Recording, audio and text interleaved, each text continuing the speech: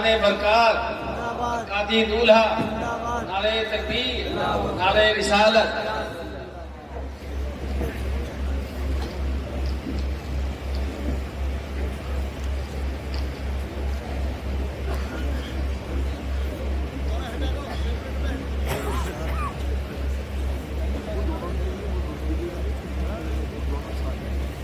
السلام علیکم ورحمۃ اللہ وبرکاتہ۔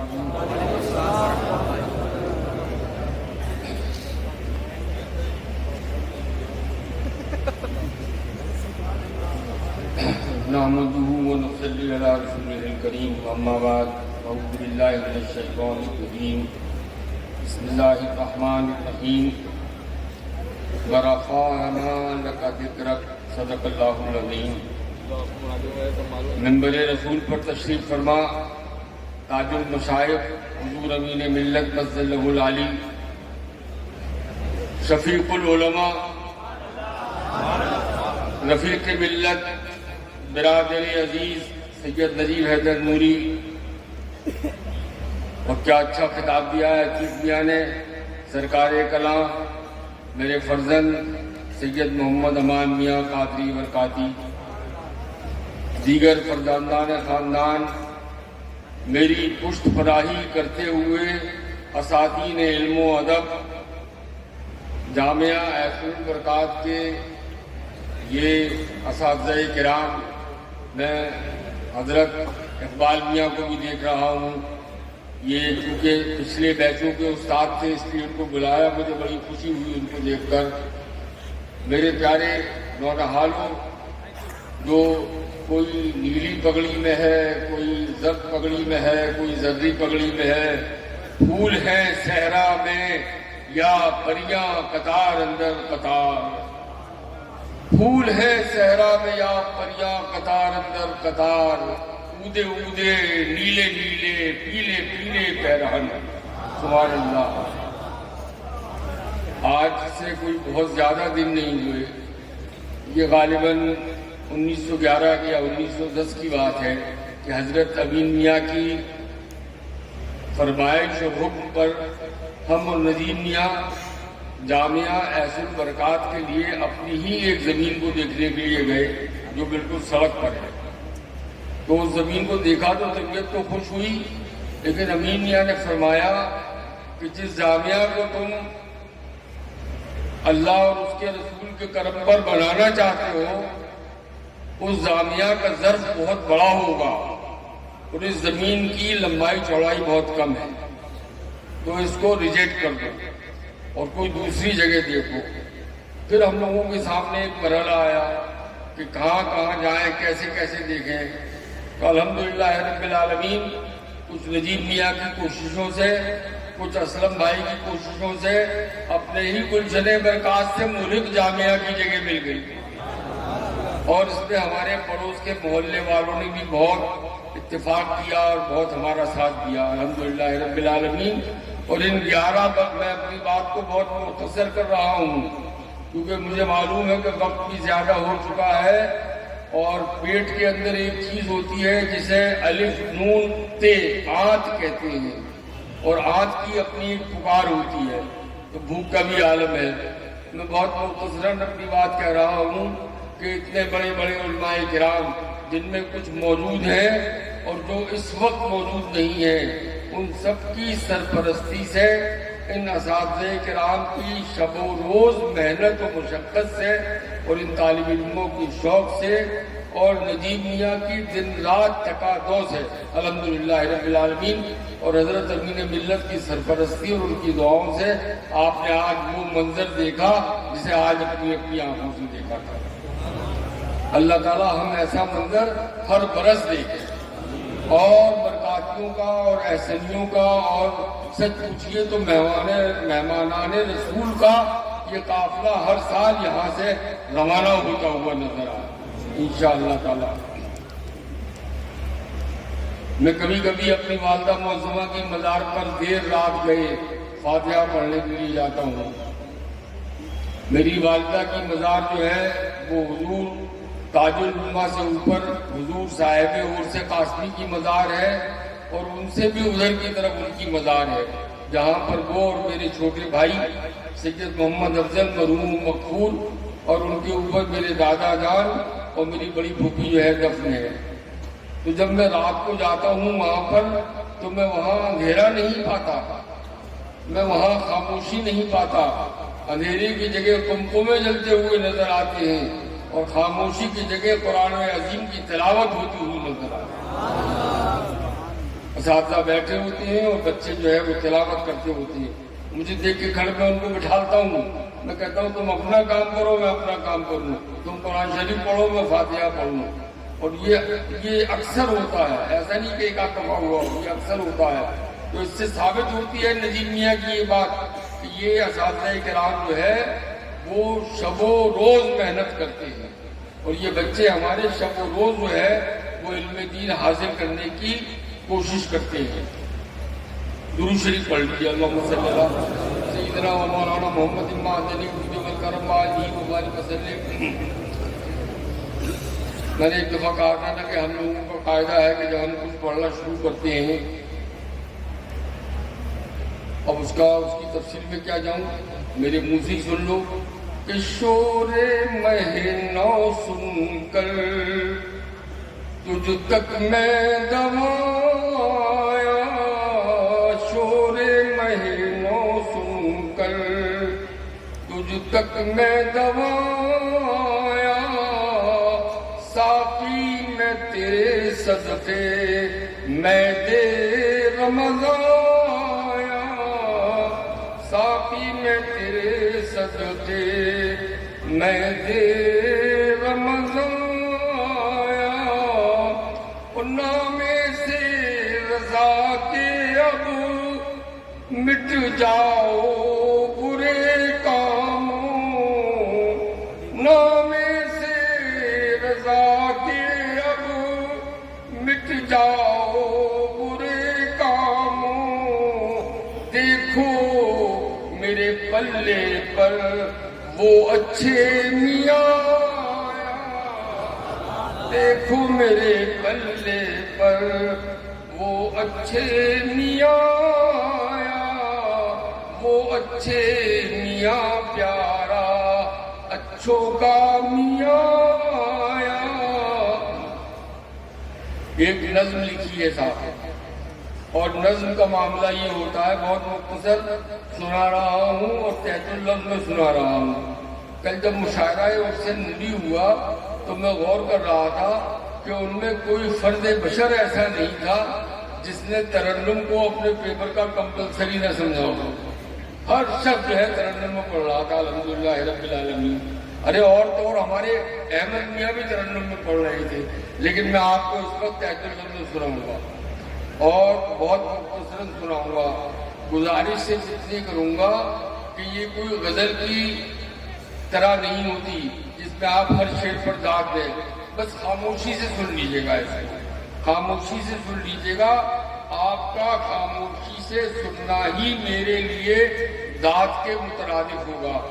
ایک دفعہ درود شریف پڑھیے، اللہم صلی اللہ سیدنا و مولانا محمد المعدنی۔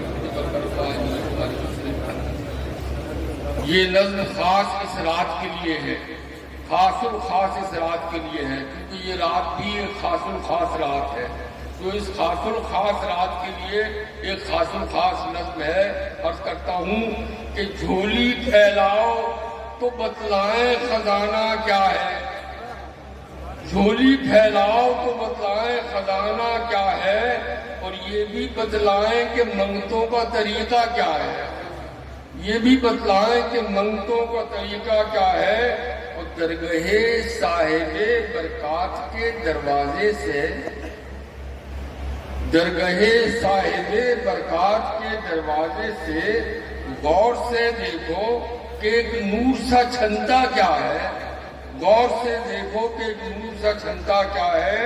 اور عرض ماریرا کو تکتے ہیں فرشتے امشب، عرض ماریرا کو تکتے ہیں فرشتے امشب، ساری گلیوں میں یہ ایک نور سا دریا کیا ہے، ساری گلیوں میں یہ ایک نور سا دریا کیا ہے۔ اور شاہ مردہ بھی بڑھے آتے ہیں اس جانب ہی، شاہ مردہ بھی بڑھے آتے ہیں اس جانب ہی، وہ شاہ کربل بھی یہی ہے، ارے قصہ کیا ہے؟ شاہ کربل بھی یہی ہے، ارے قصہ کیا ہے؟ غوث اعظم نے بھی شفقت کی نظر ڈالی ہے، غوث اعظم نے بھی شفقت کی نظر ڈالی ہے۔ خواجہ صاحب متبسم ہے، معمہ کیا ہے؟ سارے افتاب ہیں مرکز میں دعا میں مصروف، سارے افتاب ہیں مکتب میں، سارے افتاب ہیں مرکز میں دعا میں مصروف۔ پھر نہ کہنا کہ تہے خاک تماشا کیا ہے، پھر نہ کہنا کہ تہے خاک تماشا کیا ہے۔ تو شاہ برکات کی برکت کا نظارہ دیکھو، شاہ برکات کی برکت کا نظارہ دیکھو، اور دیکھتے ہی رہو، تم نے ابھی دیکھا کیا ہے؟ دیکھتے ہی رہو، تم نے ابھی دیکھا کیا ہے؟ دیکھ لو آل محمد بھی ہیں پیچھے پیچھے، دیکھ لو آل محمد بھی ہیں پیچھے پیچھے، ساتھ میں حضرت حمزہ ہیں، عجب سا کیا ہے؟ ارے باپ کے پیچھے بیٹی تو آئے گا، اس میں عجب کیا ہے؟ ساتھ میں حضرت حمزہ ہیں، عجب سا کیا ہے؟ اور شمس ماریرہ نے روشن کیا آ کر شب کو، شمس ماریرہ نے روشن کیا آ کر شب کو، سب نے تب دیکھا کہ ستھرے کا سراپا کیا ہے، سب نے دیکھا کہ ستھرے کا تب۔ اور ایک بات اس شعر سے پہلے پڑھ دوں کہ حضرت نوری میاں صاحب رحمۃ اللہ تعالیٰ علیہ کے والد گرامی کا نام بھی ظہور تھا اور ان کے چچا کا نام بھی ظہور تھا، ایک ظہور حسین اور ایک ظہور حسن۔ اس شعر میں دیکھو کہ مرشد حضرت احمد رضا آئے ہوئے ہیں، سید شاہ علیہ رسول مرشد حضرت احمد رضا آئے ہوئے ہیں، اور دو ظہوروں کا ظہور ہوتا ہے، ہونا کیا ہے؟ دو ظہوروں کا ظہور ہوتا ہے، ہونا کیا ہے؟ اور جب رجب آتا ہے تب سارے بزرگ آتے ہیں، جب رجب آتا ہے تب سارے بزرگ آتے ہیں، ہر برس آتے ہیں، اس بار نیا سا کیا ہے؟ ہر برس آتے ہیں، اس بار نیا سا کیا ہے؟ گل حسین احمد نوری کا ہے عرس اقدس، گل حسین احمد نوری کا ہے عرس اقدس، سب بڑے آئے ہیں، حیرت کا تقاضا کیا ہے؟ سب بڑے آئے ہیں، حیرت کا تقاضا کیا ہے؟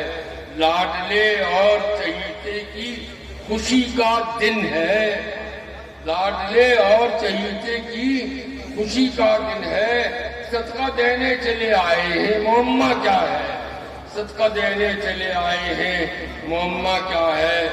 اور دیکھو یہاں سے قافیے اب الگ الگ ہوتے ہیں، کیونکہ نظم کا موضوع بھی الگ الگ ہو رہا ہے، تو قافیے بھی الگ الگ ہو رہے ہیں۔ تو خوب مانگو، خوب مانگو کہ یہی مانگنے والی شب ہے، خوب مانگو کہ یہی مانگنے والی شب ہے، اور سال بھر جس کو ترستے تھے وہ موقع اب ہے، سال بھر جس کو ترستے تھے وہ موقع اب ہے، اور صاحب نور سے مانگو گے تو فرمائیں گے، صاحب نور سے مانگو گے تو فرمائیں گے جب بڑے آئے ہوں چھوٹا کوئی دیتا کب ہے؟ صاحب نور سے مانگو گے تو فرمائیں گے جب بڑے آئے ہوں چھوٹا کوئی دیتا کب ہے؟ ان سے مانگو کہ ہے موجود جدو اب جن کے، جدو اب کس کے موجود ہیں؟ حضرت نوری میاں کے۔ ان سے مانگو کہ ہے موجود جدو اب جن کے، اور نعمتوں سے ہے خزانے بھی لبالب جن کے، نعمتوں سے ہے خزانے بھی لبالب جن کے، اور جو دعا دے تو ملائک کہیں آمین آمین، جو جب دعا دے تو ملائک کہیں آمین آمین۔ ان سے مانگو کہ فرشتے ہیں مخاطب جن کے، ان سے مانگو کہ فرشتے ہیں مخاطب جن کے۔ اور دیکھو یہ میں نے ایک مقطع کہا ہے، یہ مقطع ہے تو اسی زمین میں، اور قافیوں کی زمین تھوڑی سی بدل دی ہے، اور یہ مقطع جو ہے وہ دوسرے مقطعوں سے الگ ہے، کیونکہ مقطع تو عام طور پر ایک شعر میں ہوتا ہے، یہ مقطع 3 اشعار میں ہو رہا ہے، سن لو کہ اشرف خستہ نے یہ نظم لکھی ہے تو صحیح، اشرف خستہ نے یہ نظم لکھی ہے تو صحیح، پر میرا مقصد اول نہ تھا اظہار نسب، پر میرا مقصد اول نہ تھا اظہار نسب، میں بڑے ابا کا کچھ ذکر کروں دل نے کہا، اور میرے دادا کی بھی منت رہی مجھ پر جب تب، میں بڑے ابا کا کچھ ذکر کروں دل نے کہا، اور میرے دادا کی بھی منت رہی مجھ پر جب تب، اور قاسموں سیدی اولاد رسول و احسن، احسن سے مراد حضور احسن العلماء،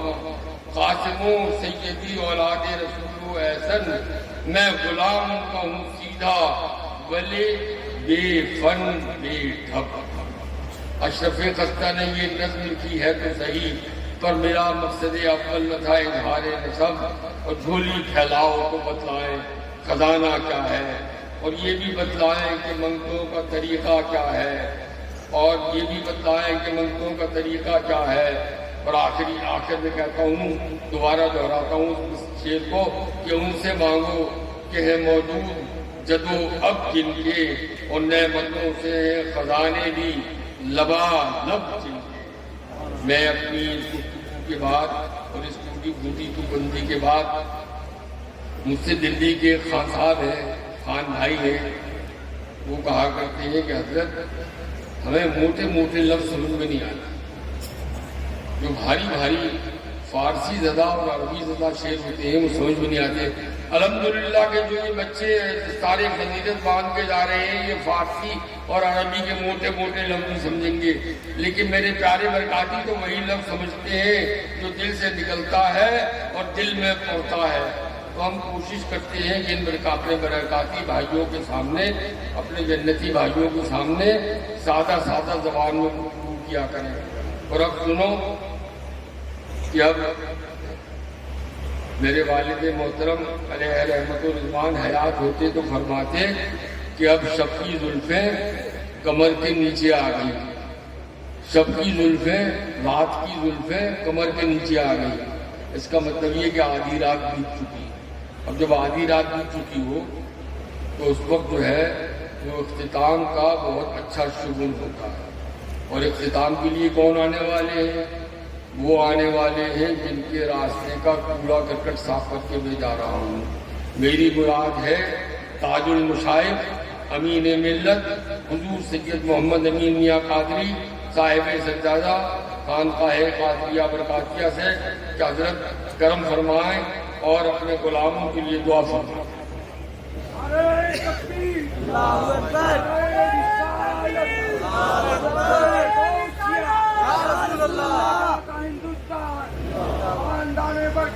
ہندوستان